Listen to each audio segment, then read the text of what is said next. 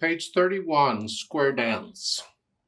On page 30, they're introducing you to triads. Okay, let's talk triads just for a bit. When you have more than one note at a time, you get harmony, where you can hear different pitches at the same time. They sort of blend or they don't blend, whatever. Well, if I take three of them, that's a triad. Tri means three.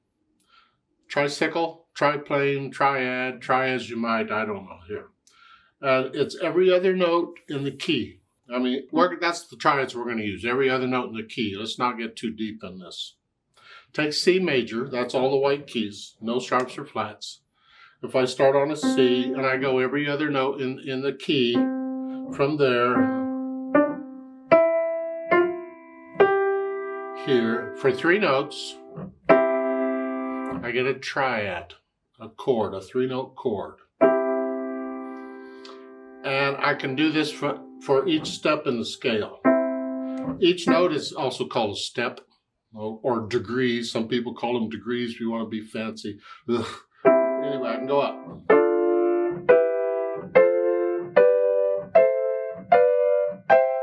Or you can go down. I don't care where you go, just go.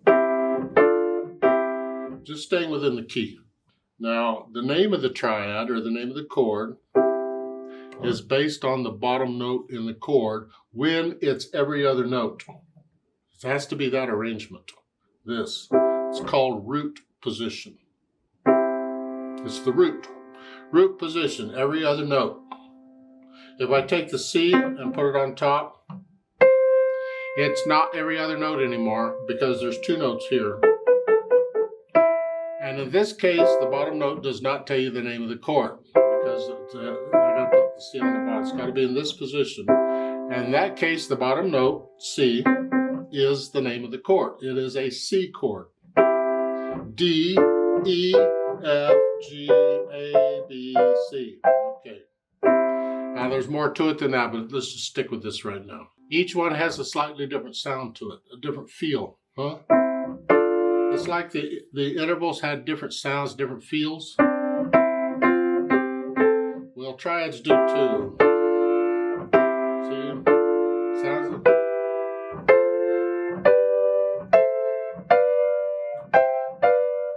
They have just a slight different feel to them. Now that's important in the music because that's what sometimes the composer wants, this feel versus whatever. And it's different harmonies. Go to G major. G major has one sharp here.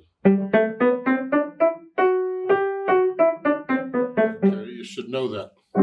Well, build triads on G major. I can start on any G. I'll start here. And you go up. It's got to be every note in the scale though. So I got to use F sharps, not F naturals.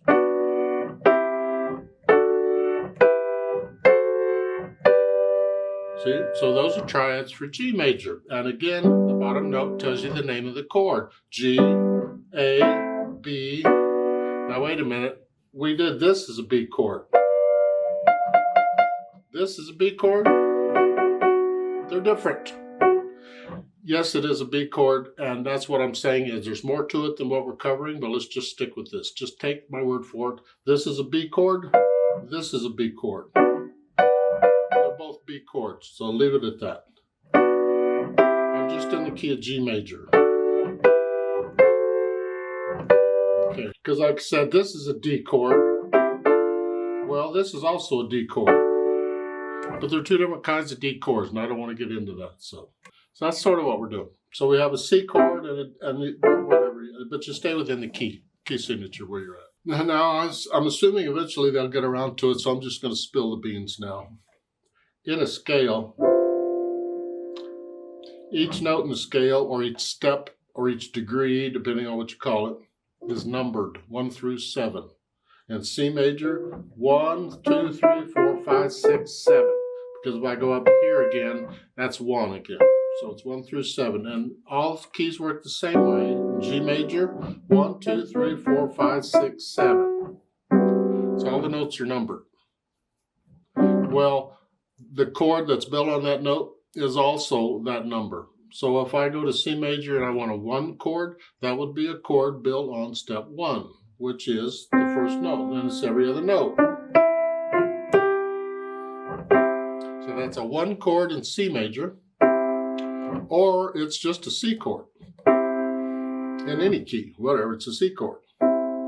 Keep it in mind. We're going to dig into this a little bit deeper, but that's enough for now. And they say the root, third, and the fifth and all that. Well, when you go here, 1, 2, 3, that's a third. 4, 5, that's a fifth. So you get a third and a fifth, and you put them together. I think it's easier just to take every other note in the scale. And don't worry about third and fifth right now. Let's look at squartets. I look it over, it's a page long. Now, it's got repeat signs, but there's only a page of music to deal with. That's what I'm interested in knowing right now. Treble, bass, clef, 1 sharp in the key signature. We are in the key of G major, so make sure you're doing the scale for G major. 1 octave up and down. Don't spend a lot of time on it, but do the exercise, the trill exercise, so forth that I explained in the video. 4/4 time signature. Let's take it one hand at a time. The right hand, you're starting here. And you don't need all these finger numbers unless you're moving. Don't read finger numbers, please. That's a major mistake. Really, it is. It's 1, 2, 3, 4. Just reach down 1 and then claps.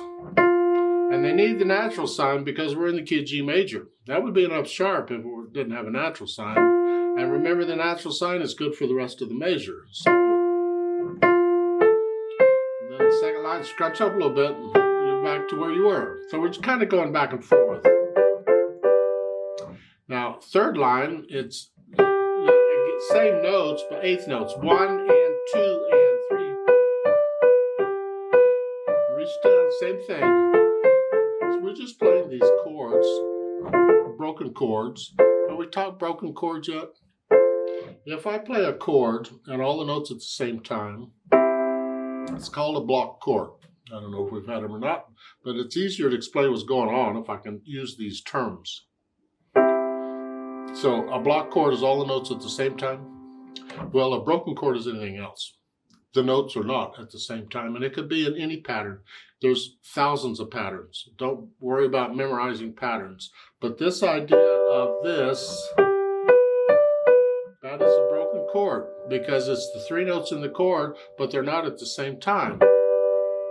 The left hand is playing block chords. Those are at the same time. Now take a look at the third line again. You're here, 1 and 2, but above the line it says second time 8VA. You see at the last line there's a repeat sign. That sends you back to the reverse repeat sign. So you're going to play it again. But this time now you're up here. You just go up here and you play them up here. Then the last 2 measures at the bottom, that's 8VA. Look at the half notes. They're right in front. This is a third to the last measure at the bottom. There's half notes. You're here. Because I'm ending with a second finger there. And then I'm going fourth. Remember repeated notes? We change hand positions on repeated notes. That's all I'm doing. Flat, and then a 3 and a 4. I really wish they wouldn't give you the finger numbers because it's just too easy. I'll just look at the finger numbers. I'll just play these finger numbers. That's a major mistake. It really is. You need to cross out the finger numbers and read the notes. You only need finger numbers when you're moving around to tell you sort of where to put the hand. And that's it. I've known people who would take a pencil and they will write in a finger number for every single note. That's really a mistake. It really is. You're digging a hole. I've also known people who will go in and they'll write the name of the note for every single note. That's also a mistake. You should know the names of these notes instantly by now. You don't have to write them in. If you don't, then I suggest you go back and redo the first couple of books. Go through them again and make sure you know the names of the notes. And you can play without reading finger numbers. Anyway, left hand. We have a G, a B, and a D. See, if you're not sure what the notes are, the chord, you spell out the chord. Start with the bottom note, figure it out, and then the next, and the next, and the next, and the next, and so forth. And we have a G, a B, and a D. It's a G chord. A block chord. 3 beats of rest, you just come down 1. It's an F chord, back to G chord. That's all the left hand's doing.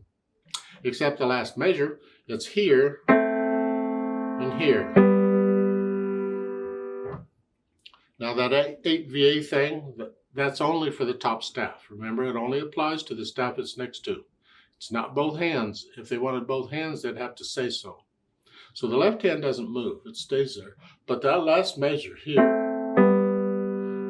can you get them down at the same time and connect them?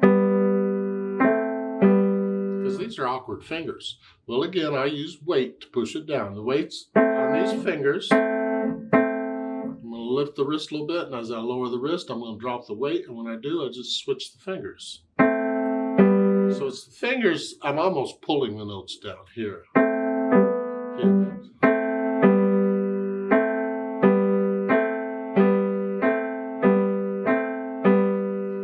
if they don't go down at the same time, then focus on the note that's late and work on it. And it takes time, because you should do this in both hands. You don't go this fast, take your time and get ready. And again, get ready. You could do the whole hand here.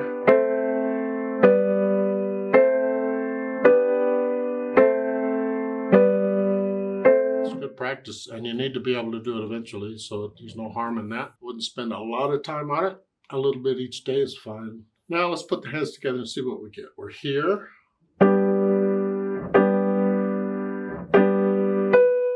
As I'm playing this, I get the left hand down.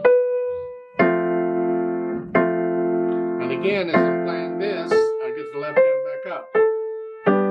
Here, and that's really the piece. Now at the bottom, the last line on the half notes again. We're here the first time. Now I'm going to repeat. I'm going to come up here. Okay, not a lot of help. You're here, you're here.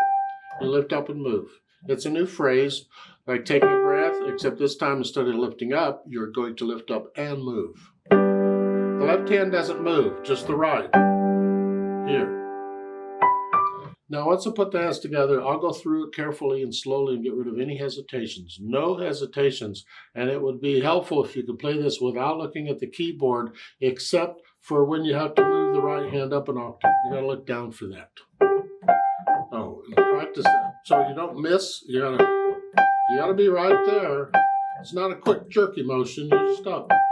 So that you gotta look down, but otherwise you should be able to keep your eyes on the music. Now let's put the hands together and get rid of any hesitations. Then I add the articulation. The staccatos are short and flexing at the wrist. So here, just play these.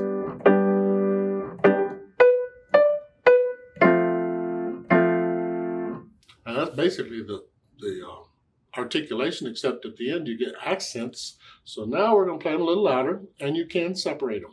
And the reason we're separating them is because they're both accented notes, and typically, especially with piano, when you get note after note accented, you separate the notes. It helps to sort of bring out the accent. It's an effect. Then the dynamics. Well, MF-P at the beginning. So MF, mezzo forte, and that's the melody. This, soft. You have to be careful because 3 notes can drown out 1. You don't hear this. So this has to be really soft, really light. And at the same time, just lowering the hand down, let the wrist collapse a little bit.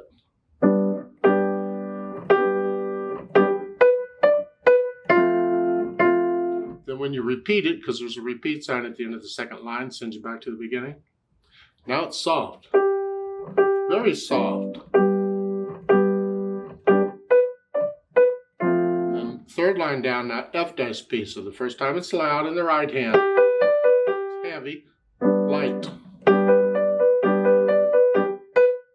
And then when you repeat it, now it's soft up here. Very soft. And then the last 2 measures are very loud. Both hands here. Then the speed. Allegro's, this is a happy, but it needs to be accurate. So don't go faster than accurate.